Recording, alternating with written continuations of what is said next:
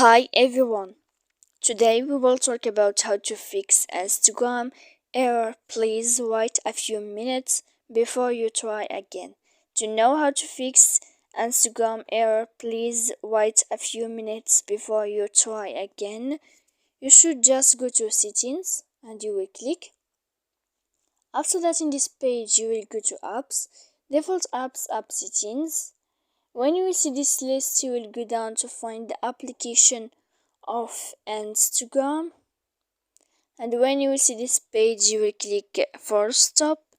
When you will end this, you will enter to storage, and here in this page you will click clear cache, then you will click clear data, and after all that you can turn off your Wi-Fi.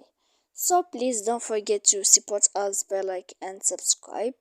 See you next time in another video.